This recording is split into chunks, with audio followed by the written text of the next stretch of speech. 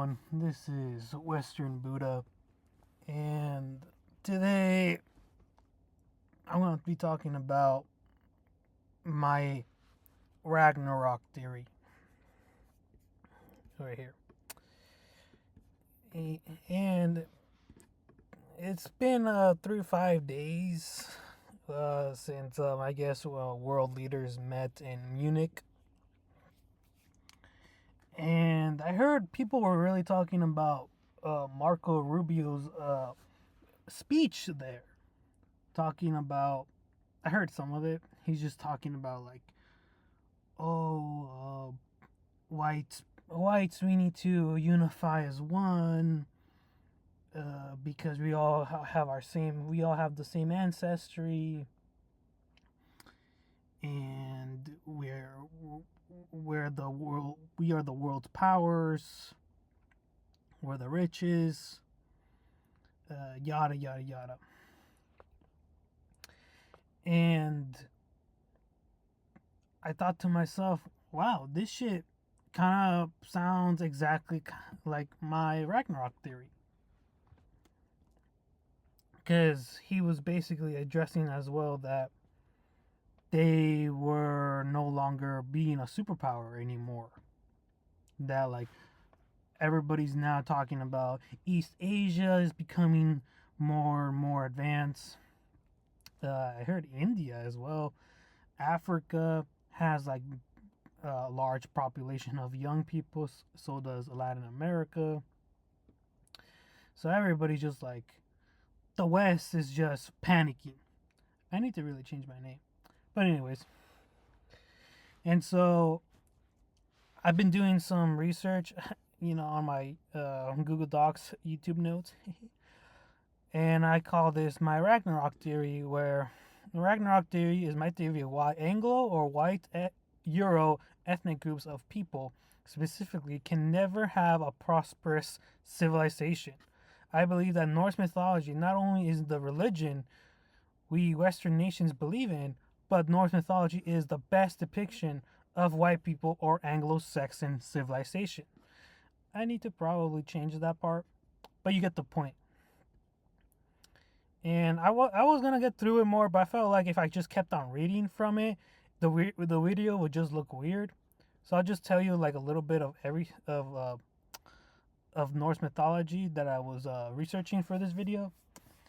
So there is a story between the Aesir and the Vanir in Norse mythology,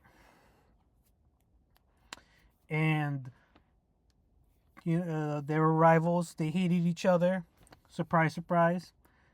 And one day, one of the Vanir, a goddess, she came over to the Aesir. She taught them. Well, before that, I should tell you, the Aesir are, I guess you can say, Mongols. I guess you could say. They're more about like having weapons and all that, and in the Vanir are a little bit more nature based, I guess, if that makes sense. So anyways, so this Vanir comes over to the Aesir, and she teaches them like magic. And the Aesir like see this, and at first they're like, "Whoa, dude, this is badass." But then as they take a closer look at what she's doing, they're like, "Oh shit, this is evil magic," and so they murder her. And that kind of causes like a big war between the two tribal god groups. You might be asking, okay, how the fuck does that represent white civilization at all? I'm glad you asked. So, before in all mythologies, it was believed that this was their sort of religion. And what people kept on thinking was that, like, oh, they might have represented gods from, like, aliens, or just in theory kind of like, how Christianity and Catholic churches are today. But if you take a closer look to every single mythology, in reality, it was just a way of them explaining the world, explaining how everything kept on, how everything was explained around them. And not only that, it was also a symbol, a way of guiding their next generation. And so, and not only is it just a way to guide their children to tell them stories, but it was also a representation of human nature. And what I mean by that is, in Greek mythology, for example, probably the best example is, if you look at the god Zeus, you would most likely Google him, and he would most likely be the more stereotypical, described as a womanizer. And so he sleeps around a lot of women as the main god. And if you look at ancient Greek civilization, guys, it was okay for guys to basically cheat on their wives. And not only that, it was very common for them to even murder their wives. And so you might be saying like, oh, like, okay, like that doesn't really explain much or whatever, not. But even the Catholic Church, when it was uprising, they even said it themselves, like, these gods represent more human behavior rather than actual deities.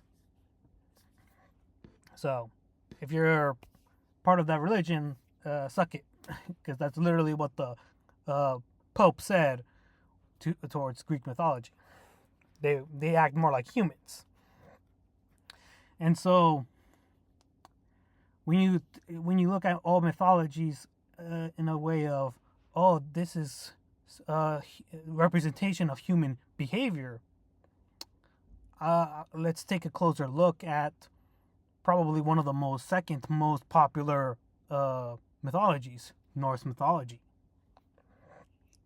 I already gave you a little bit of synopsis of like the first thing, that like, oh, they killed her because she was giving them evil magic, and then that sparked an entire war. And then towards the end of that war, they had to come up with a truce. I believe the Vanir gave the Aesir like 3 gods, and then the Aesir gave them 2 gods. So it was a trade of like, okay, this is how we can keep peace. DC Comics, the New Gods, did the same thing. It was Darkseid's son, Orion, and High Father with his son, Mr. Miracle. They traded sons in order to keep peace. Another really good representation would be the god Loki. An SCP Foundation as well. Loki has 5 kids. SAP Foundation, the Scarlet King, has 7 kids. And one, I guess you could say, really notable child from both of them is Fenrir, that eats Odin. He's like a giant dog. And then the Scarlet King's the hard-to-kill reptile. Very similar creatures, 4-legged, tough to kill motherfuckers. And then another one, I guess I wouldn't say this is actually a good representation of like Norse mythology, but just more of the what actually went down in history is Star Wars. In Star Wars, there's a Republic, and then there's a Separatist. Big war going on around the galaxy, and the Republic ends up gaining way more territory, to the point where the Chancellor, Palpatine, it basically starts executing Jedi and then becomes the new galactic emperor. That war alone, the Clone Wars, sounds very similar to how the Cold War was. We had crazy wars in East Asia, as well as yeah, I think it was just East Asia. Yeah, but yeah, crazy wars there. And what ended up happening was that the USSR basically ended up collapsing, and then capitalist countries basically ended up ruling the whole world, just very similar to how the Galactic Empire started ruling everything.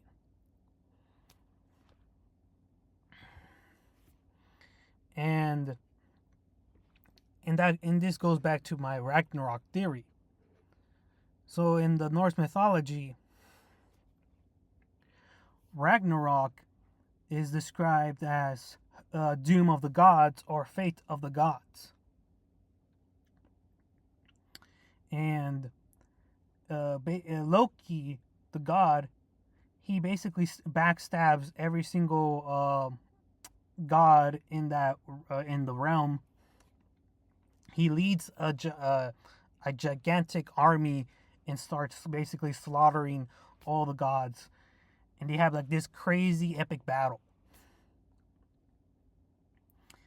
And then towards the end of the battle, I believe uh, three descendants of, like, I believe Odin and Thor are left, and I think some survivors too.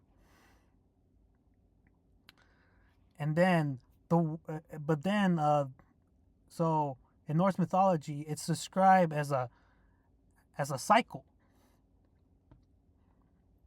and so you don't get to see what happens after the war. Everything just goes back to the very beginning of, like, the whole story, where Odin creates the world, killing his dad, and then everything plays out the same way, but Odin still remembers what happens. Technically, there are other gods that actually remember everything, I believe. I forgot, but Odin knows that there is going to be an epic battle towards the end, so he tries everything he can to prevent it from happening.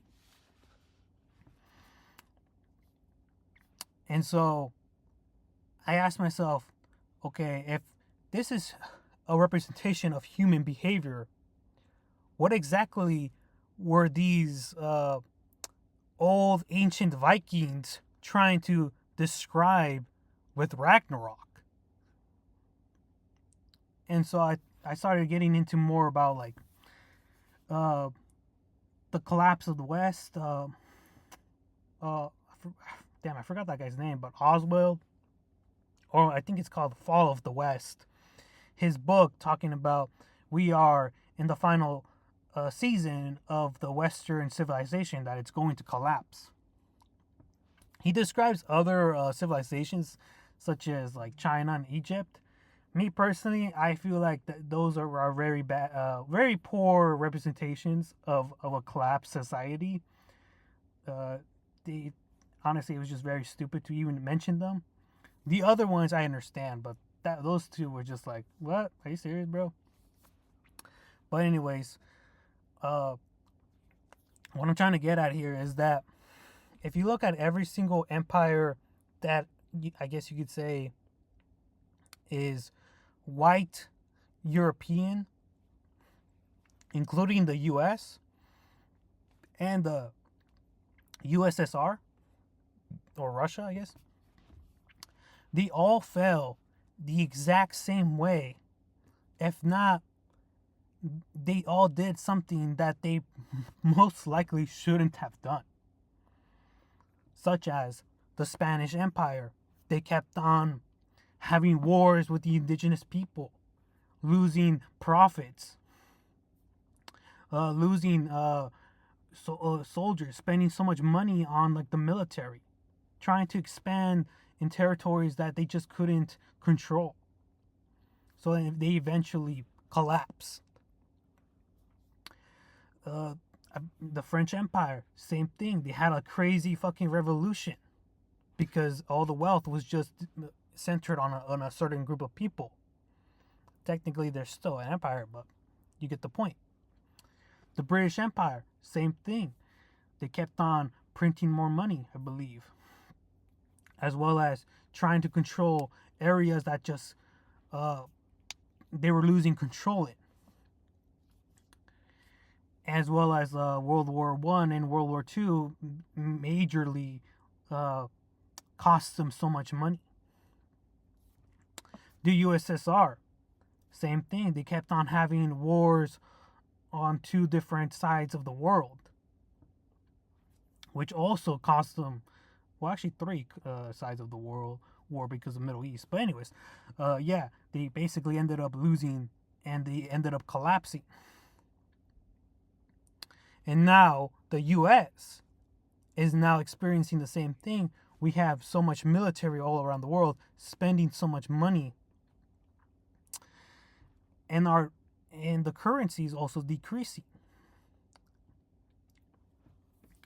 Every single empire collapsed in the exact same manner, just like the Norse gods towards Ragnarok. And that's why, for me, I believe this is why white or European people, civilizations, will never have prosperity. I remember Legion of Men, Tribe, he was saying, why can't we just have everlasting peace, everlasting prosperity? It's because of Ragnarok. White civilizations are doomed to experience a collapse no matter what. No matter what they do. In fact, the Roman Empire literally collapsed in the exact same manner. And now a bunch of fools are trying to bring that back, trying to say, oh, we should have the Roman Republic. Even though it collapsed in the exact same manner as the other empires that I just mentioned. And I guess you could also say the Ottoman Empire too, but anyways, yeah. So that is why I believe that we will never ever see a white civilization ever actually advance to the point where possibly China will actually, how everybody says, it will actually become the future. And I even have a poem here, The Prophecy of Ragnarok. I cannot pronounce that other word right here. But this should be really concerning. Fenrir howls terribly. Howls terribly. Before the doors to hell, the wolf will break its bond and run. I know much wisdom. I see deep in the future, all the way to Ragnarok, our dark day for the gods. Yeah, Odin can technically see the future in the Norse stories. But anyways, brothers will fight one another and kill one another. Cousins will break peace with one another. The world will be a hard place to live in. It will be an age of adultery, an age of an axe, an age of a sword, an age of storms, an age of wolves. Shields will be cloven. Before the world sinks into the sea, there will be no man left who is true to another. The giants are at play, and the gods' fate is kindled. At the blast of Garhorn,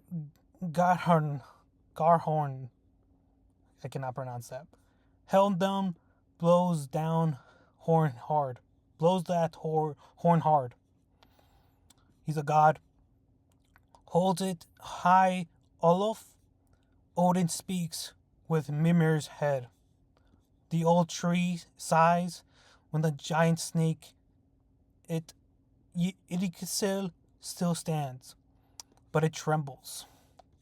Fenrir howls terribly before the doors to hell. The wolf will break its bonds and run. I know much wisdom. I see deep in the future, all the way to Ragnarok, a dark day for the gods. I cannot pronounce that. Advances from the east, with a shield before him, and the Midgard serpent is in a monstrous rage. The serpent blasts the waves, and the eagle screams eagerly, spitting corpses with its pale beak. I cannot pronounce that. The giant's ship is released. That ship sails from the east, bearing giants over the sea. Loki is its captain. The giants are coming, together with Fenrir, and Loki too is with them, on the voyage. What news from the gods? What news from the elves? Or all Jotunheim is warring. War. I cannot speak right now. The Aesir are in council, and the dwarves, creatures of the mountains, tremble by their doors of stone. Have you learned enough yet, All-Father? Sword comes from the south, with a bright light in his hand. I think this is a fire god. Yes, the sun shines upon the sword in his grasp. The mountain collapses. The trolls fall. Men walk the road to hell, and the skies divide above. Then comes the second sorrow of Frigg, when Odin goes to fight the wolf, and Freya goes to fight the giant Surt. Then Odin, Frigg's husband, will fall to Fenrir. Then comes the giant son of Odin, Vidha, to avenge his father on the wolf. He shoves his sword into the mouth of Fenrir all the way to the heart, and thus Odin is avenged.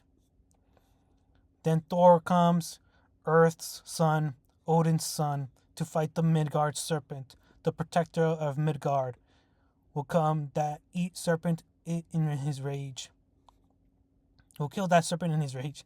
But all humankind will die out of the world when Thor falls after only 9 steps, struck down by the venom of the hornless serpent. The sun turns black, the earth sinks into the sea, the bright stars fall out of the sky, flames scorch the leaves of Yggdrasil. A giant bonfire reaches to the highest clouds. Fenrir howls terribly before the doors to hell. The wolf will break its bonds and run. I know much wisdom. I see deep in the future, all the way to Ragnarok, a dark day for the gods. That's a little bit too much towards the end, but the very part that got me thinking, oh shit, bro, this sounds very much like what's happening right now, was this part right here. Brothers will fight one another and one kill another, and kill one another. Cousins will break peace with one another. An age of adultery. Like, this shit just reminded me of what's happening in the US alone, and what happened to other white empires. That shit was happening within their own society. They were fighting one another. They were committing adultery. They were fighting against their own family members just to survive. I'm telling you, man, my Ragnarok theory is gonna probably skyrocket after this video. But anyways, my lunch is over. Let me know if you think it's true, bro. Peace.